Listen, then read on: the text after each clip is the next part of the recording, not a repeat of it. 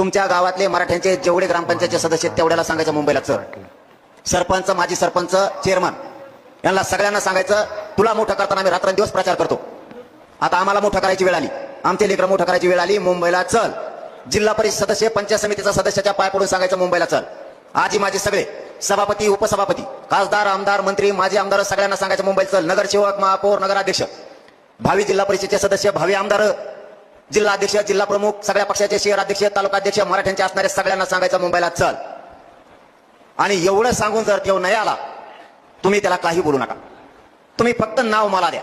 हे वाला नव्हता, त्याचा बाजारच उठतो, त्याला पाडत म्हणून समजायचं.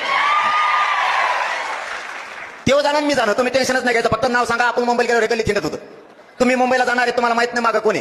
घरी ताईला सांगून ठेवायचं मी मुंबईत चाललोय, मागं गल्लीत कोण हिंडतं मला माहित नाही. गल्लीत कोण कोण हिंडतं मागं आल्यावर सांग.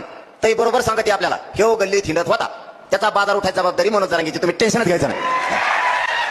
तो किती दादा असून द्या, दादी नसून द्या, दादा फाटा काही ठुले नाही. दादा अर्धे मोक्यात घातले, काही ठुले नाही. दादा फिरत तिकडे इतके दादा तर नाही तुमच्याकडे. ते दादा डायरेक्ट डिस्काउंटच करतात. डिस्काउंट करणारे दादा ज्याला दादा नुसतेच शेण पापड्या खातात. आता एक दादीन राहिली, वळवळ केली की गेली.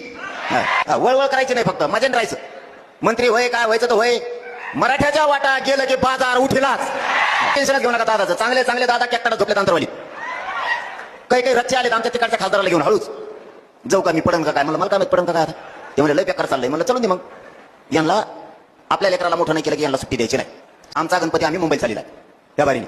आम्हाला समुद्रात विसर्जन करायचे. काय अडचण आहे का, काय बंधन आहे कायद्यात? तुमचा गणपती मुंबईला आणू नये. आमचा काय चावतो का तुम्हाला? आणि चाभरे बघा कशी येते.